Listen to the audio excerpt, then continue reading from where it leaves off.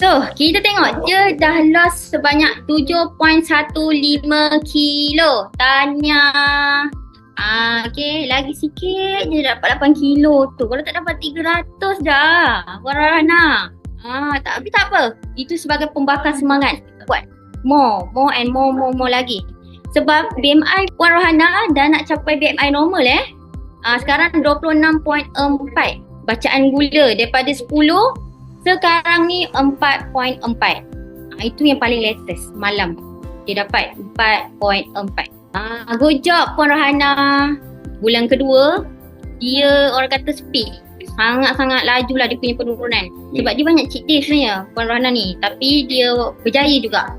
Nabila bagi tip apa semua. Di mana nak orang kata kodok IF tu kan.